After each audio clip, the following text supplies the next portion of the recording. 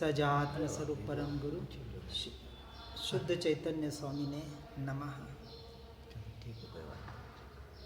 आध्यात्मिक प्रयोगों के माध्यम से निर्णय के लिए हम जिस तत्व को जान रहे हैं, तो प्रश्न किया, क्या धर्म स्वयं से स्वयं में उपादान की योग्यता से होता है और निमित्त से नहीं होता है? इस बात को यहाँ सिद्ध करने का प्रयास करेंगे।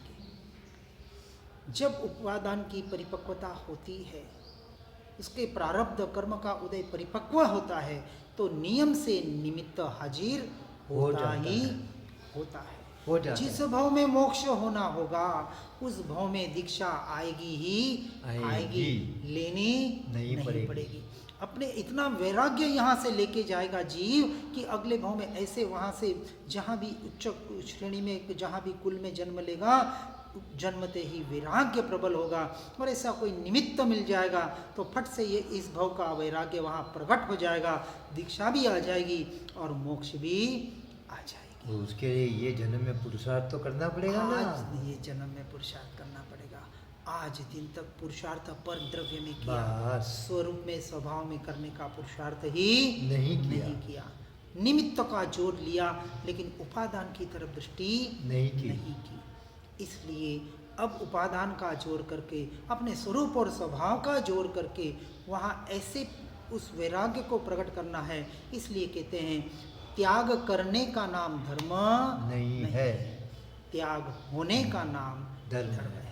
परिशः उपसर्ग सहन करने का नाम धर्म नहीं है।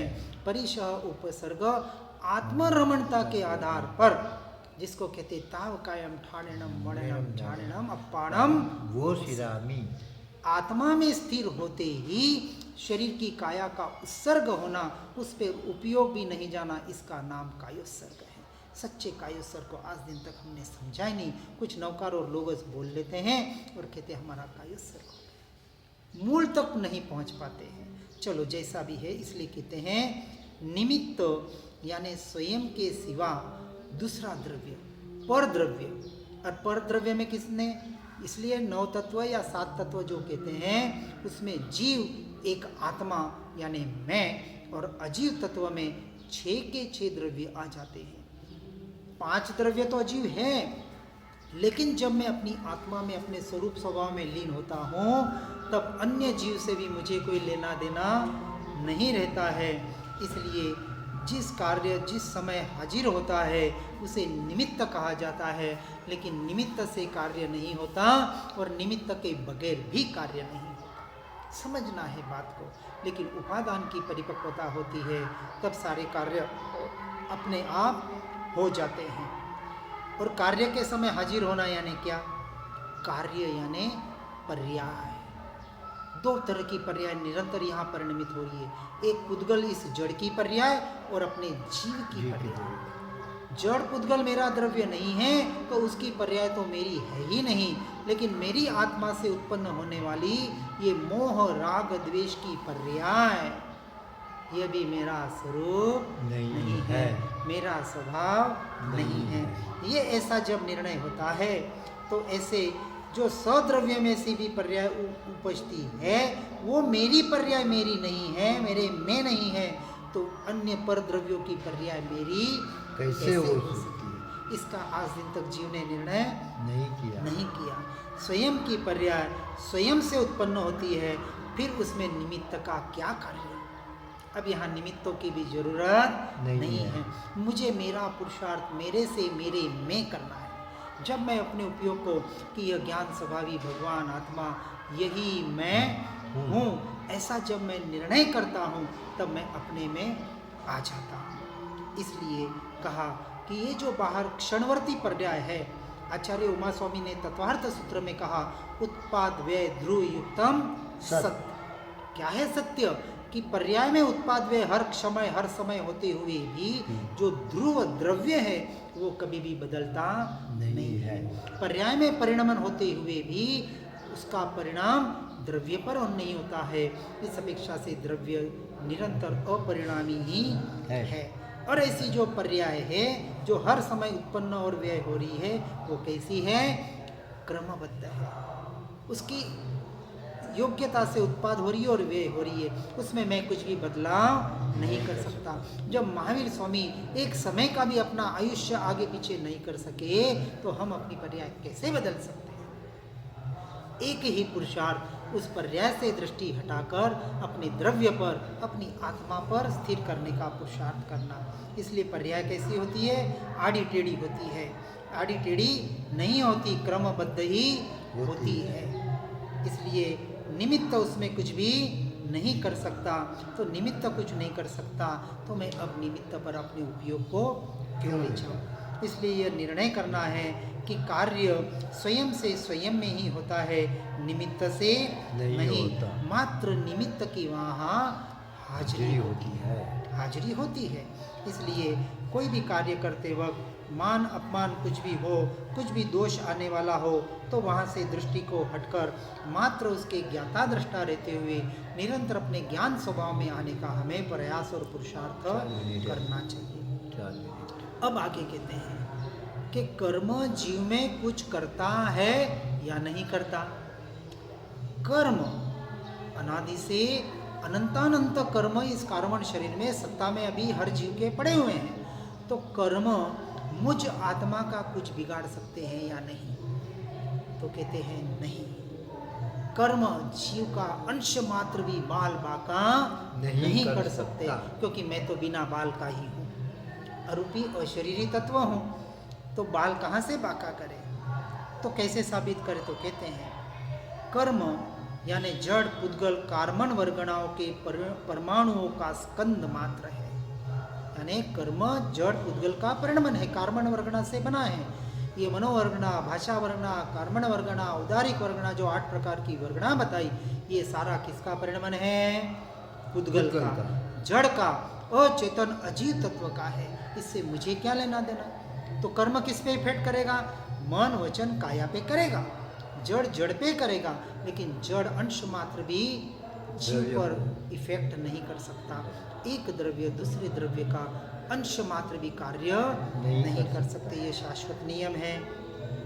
इसलिए कर्म पुद्गल भिन्न द्रव्य है और जीव यानी आत्मा मैं द्रव्य संपूर्णतः इससे भिन्न हूँ। फिर कहते हैं कर्म स्वयं के परिणामन का काम करता है और जीव स्वयं से स्वयं में परिणमन का काम करता है।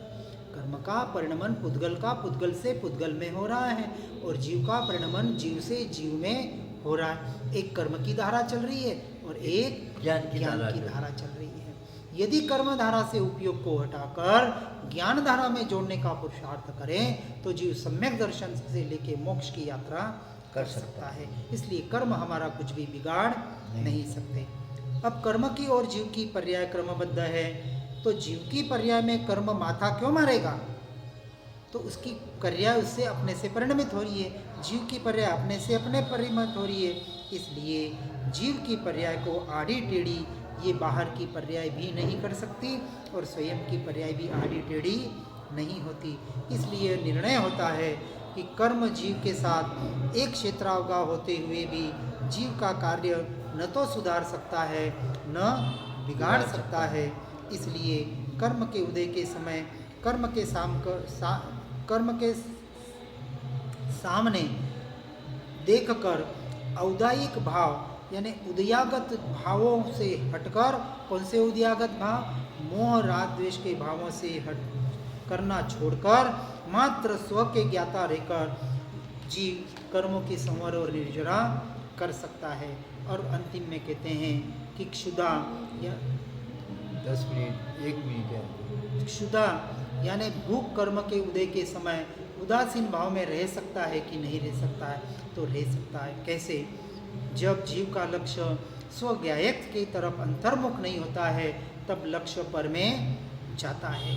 क्षुधा कर्म का उदय आता है तब जो स्व में लक्ष्य ही नहीं होता है, यदि रह सकता है तो यानी कि सतत ज्ञायक के ऊर्ध्वगमन ऐसे स्वरूप में यदि उपयोग को रखा हो और ज्ञायक में ही लीन होता है तो क्षुधा कर्म के उदय की तरफ लक्ष्य नहीं जाता और कर्म फल आपे बगैर भी निकल जाता है। इसलिए बाहर के परिणमन के कर्मों के उदय के काल में निरंतर में वेद ज्ञान वेद विज्ञान के द्वारा अपने स्वरूप ज्ञायक भाव में लीन होने का सच्चा पुरुषार्थ करना है। क्योंकि जो ज्ञायक तरफ लक्ष्य न हो तो क्षुधा का लक्ष्य पूर्वक ज्ञान होता है, परंतु उसी वक्त पुरुषार्थ का जोर यदि बढ़ा दे तो क्षुधा का ज्ञान करने वाला कौन? ज्ञान करने वाला तो मैं हूँ। यदि मैं स्वयं का ज्ञान करूँगा तो पर की तरफ उपयोग नहीं जाएगा। तो क्षुधा कर्म मैं नहीं हूँ, बाहर कर्मों का उदय नहीं हूँ, तो शरीर की हर क्षण समय पलटती हुई पर्याय भी मैं नहीं हूँ। ऐसा सतत पुरुषार्थ अंदर से जोर भेद ज्ञान भेद विज्ञान के करते हुए लक्ष्य ज्ञायक तरफ जाने का निरंतर पुरुषार्थ करना है। फिर इस खाने के पुद्गल कणों के एक क्षेत्रावगाना का काल हो तो वो आता है, परंतु जीव को उस तरफ रुचि नहीं होती। ऐसा जीव सच्चा पुरुषार्थी है। इसलिए क्षुधा से या बाहर के परिणमन से मेरे आत्मा को कुछ लाभ है या कुछ नुकसान है, या कुछ स्वादिष्ट अन्न और अच्छा भोजन करूँगा तो उससे मुझे कुछ लाभ होगा, या बेस्वाद के प्रति ये जो ग्लानि होती है वहाँ के प्रति रुचि और अरुचि के भाव निकल जाते हैं। और इस तरह से जीव उदासीन भाव में स्वरूप के माध्यम से रह सकता है। यह निर्णय हुआ और निर्णय अपने पुरुषार्थ प्रयोग के आधार पर हुआ। हर जीव ऐसा वेद ज्ञान वेद विज्ञान के द्वारा सच्चा पुरुषार्थ करके अनंत काल के लिए अपने स्वरूप स्वभाव में लीन होने का प्रयास करे। तो निर्णय यह करना है कि ज्ञायक तरफ के लक्ष्य से जोर करते ही कोई भी कर्म के उदय के समय, चाहे क्षुधा हो, तृषा हो, गर्मी सर्दी हो, वर्षा उपसर्ग कुछ भी हो, उसमें उदासीन भाव से हम रह सकते हैं। किसके आधार पर? वेद ज्ञान और वेद विज्ञान के आधार पर, आत्मस्थिरता के आधार पर। और जैसे उपयोग आत्मा में जाता है, आत्मा में लीन होता है, पर से उपयोग छूट जाता है और सच्चे कायोत्सर्ग के द्वारा ध्यान घटित होता है। और अनंत काल के लिए जब जीव अपने स्वरूप में लीन होता है और एक समय के लिए भी वहाँ से बाहर नहीं आता है, तो वह केवल ज्ञान तक अंतर्मुहूर्त में पहुंचकर फिर उदयागत कर्मों का क्षय होके सारे घाती तो केवल ज्ञान में जाते हैं और अघाती कर्मों का क्षय करके जीव एक न एक दिन उस सद दशा को पर्याय में प्रकट करके अनंत काल के लिए अपने स्वरूप और स्वभाव में लीन होता है। हर जीव इस तत्व को सुनकर समझकर इस मार्ग पर इन प्रयोगों के द्वारा, ऐसे आध्यात्मिक प्रयोगों के द्वारा, भेद ज्ञान भेद विज्ञान के निरंतर तत्व के द्वारा अपने स्वरूप प्रमणता का ही प्रयास करे, प्रयोग करें और पर द्रव्यों और पर भावों से जल्द छूटने का प्रयास करें, वैराग्य को प्रबल करने का पुरुषार्थ करें। ऐसे औदासीन्य वृत्ति से, ऐसे उदासीनता भाव से, ऐसे अनासक्त भाव को प्रकट करके अपने स्वरूप में निरंतर लीन होने का पुरुषार्थ करना, यही एकमात्र साधना है, यही एकमात्र आराधना है, यही एकमात्र मोक्ष का मार्ग है। हर जीव इस मार्ग में आगे बढ़े। जिनाज्ञा विरुद्ध कुछ भी कहने में आया हो तो मिच्छामि दुक्कडम। ओम नमः।